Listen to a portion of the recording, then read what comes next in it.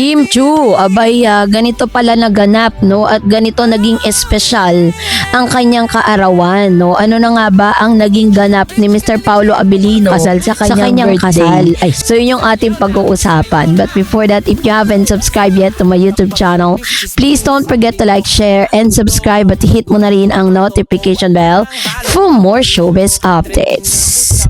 Bago tayo, of course, magpatuloy sa ating updates for today's video, of course, nais ko pong pasalamatan kayo for always watching and trusting this channel. Thank you so much sa inyong laging panonood at palagi ang pagsubaybay sa mga updates po natin. Maraming salamat po.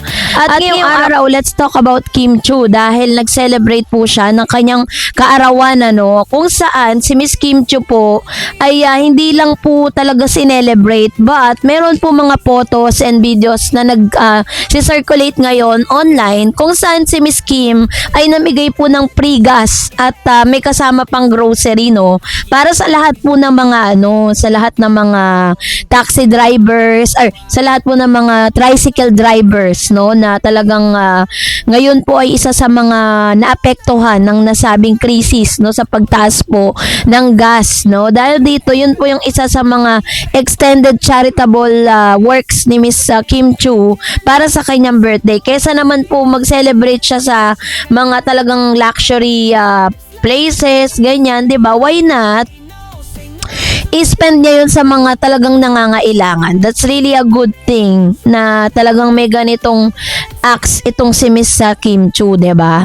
So, sa pagharap din kasi or sa paghahanap at pagyakap sa tondong kaligayahan ngayong 2026, isa yan sa mga naging wish ni Miss Kim Chu sa kanyang kaarawan. Kasi sa mundo po ng showbiz kung saan ang bawat ngiti ay sinusuri at ang bawat duhang pumapatak ay nagiging headline. Nananatiling isa sa mga pinakamaningning na bituin ang Chinita Princess na si Kim Chu at ngayon pumasok na ang taong 2026, isang mas matapang, mas matatag at mas masayang Kim ang nasisilayan ng publiko. Sa gitna ng mga intrigang bumabalot sa kanyang personal na buhay, isang hiling ang naging sentro ng usapan, ang todong kaligayahan. So, noong April 2026, lumabas ang ulat mula sa Abante Tonight tungkol sa tila panalangin o hangarin ni Kim na makamit ang tunay at buong kaligayahan.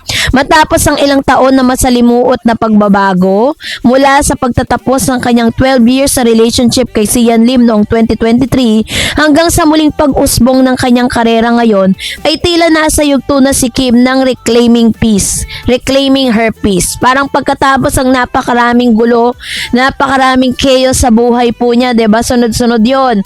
Matapos po sila maghiwalay ng kanyang 12 years relationship with Sian Lim, na hindi naman talaga nila dinisclose kung ano yung tunay na dahilan, pero lumalabas na may cheating issue dito kay Sian. Tapos duman din siya sa sobrang pagsubok kung saan yung kanyang kapatid naman na nagkaroon po sila ng kasuhan dahil yung pera niya ay sinasabi na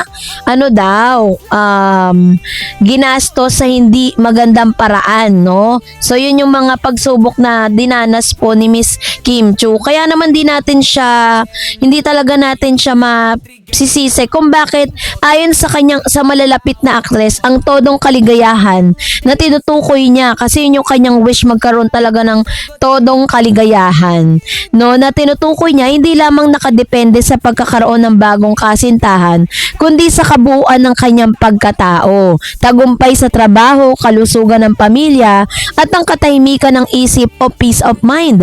Ang soft girl era at pungsoy forecast, ang kanyang mga vlog at post sa social media ngayong taon ay binansagan ni Kim na 2026 bilang kanyang soft girl era. Sa kabila ng prediksyon ng ilang pungsoy masters na nagsasabing kailangan niya mag-ingat sa mga family entanglements at intriga ngayong taon, nananatiling positibo pa rin ang aktres.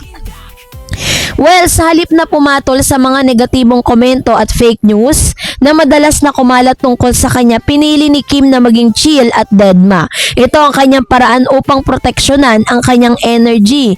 Isang mahalagang sangkap na hinahangad niyang todong kaligayahan. So, ano naman po ang inaasahan natin ngayon sa bagong sigla at puso ng Kim Pao phenomenon? Hindi maitatanggi ng isa sa mga dahilan ng malaking ngiti ni Kim ngayon ay ang tagumpay ng kanyang tambalan kay Paolo Avellino na binansagang Kim Pao, no? Ang tagumpay ng The Alibay, ang kanilang suspense drama na The Alibay 2025-2026 ay naging top rater sa primetime na nagpapatunay na kaya pa ring maghari ni Kim sa telebisyon kahit sa mas seryosong genre. So, ngayon naman, magkakaroon naman sila ngayon ng world tour ng 2026. Nakatagtang maglibots ang Kim Pao sa US at Canada para sa kanilang world tour. Ang chemistry nila sa likod ng camera ay patuloy na pinupusuan ng mga fan at bagamat wala pang opisyal na confirmation kung sila na, kitang-kitang special na atensyon at suporta ni Paolo sa actress. Alam mo, hindi naman talaga maitatanggi ang mga resibo at kung paano po sila gumalaw. Kasi syempre, hindi naman tayo pinanganak kahapon para hindi natin maintindihan kung paano po nagkikare ang isang Paolo Avellino kay Kim Chiu. Kaya, kumbaga, pag tinanong nyo sila, parang ang magiging sagot nila, kailangan pa bang i-memorize yan? Kasi tingnan natin kung paano po alagaan ni Paolo si Kim, kung paano po si Kim napaka yung loud niya pagdating po kay Mr. Paolo. Talagang pag tinanong siya tungkol kay Paolo, taasan niyang sinasagot lahat, 'di ba?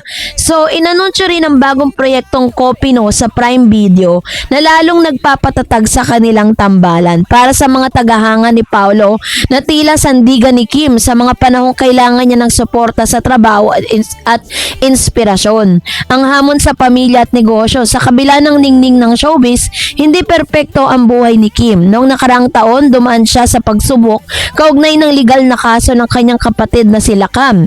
Ngunit, dito rin napatunayan ang katatagan ni Miss Kim Chiu. Sa kanyang mga pahayag, binigyan diin niya na bond is everything. Ang kanyang mga kapatid at family ang nahanap niya sa mga kaibigan tulad ng It's Showtime family na nagsisilbing lakas niya. Pagdating naman sa mga negosyo, ang kanyang House of Little Bunny ay patuloy na lumalago at nagbibigay sa kanya ng sense of fulfillment bilang isang entrepreneur. Para kay Kim, ang pagiging produktibo ay isang paraan upang makalimot sa lungkot at mag-focus sa magagandang bagay. So, bakit nga ba ganito na lamang ang suporta ng publiko sa hiling ni Kim na maging masaya? Dahil ba hindi siya masaya? Dahil ba malungkot siya? 'Di ba? Dahil nakita ng mga Pilipino ang kanyang paglalakbay mula sa pagiging mahiyain Cebuana sa PBB hanggang sa masakit na breakup at ang kanyang matapang na pagbangon.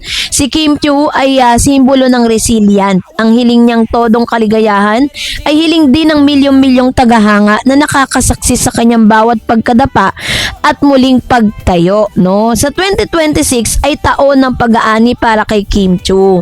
Siguro naman deserve na naman ni Kim Chiu na makuha talaga yung extreme happiness na kanya pong wini-wish, no, sa kanyang buhay. Dahil sobrang dami po ng pagsubok na dumating sa kanya for the past years, no? Maging ito man ay sa piling ng isang espesyal na tao o sa loob ng sariling katahimikan sa bawat gramo ng ligayang tinatamasa niya ngayon. Sa uli, ika nga ni Kim, ang buhay ay hindi tungkol sa kung ano ang nawala, kundi tungkol sa kung ano ang natira at kung paano ka magpapatuloy ng may pag-asa.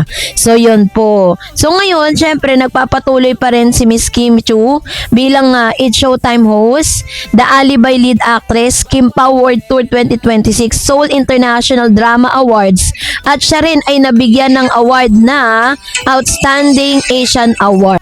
Kaya naman mag-abang pa po tayo ng ilan sa mga updates patungkol sa Kim Pao. And that's it for today. For more videos and updates, please don't forget to like and subscribe. And please don't forget to follow my Facebook page, Dareds TV and Dareds Channel. God bless everyone!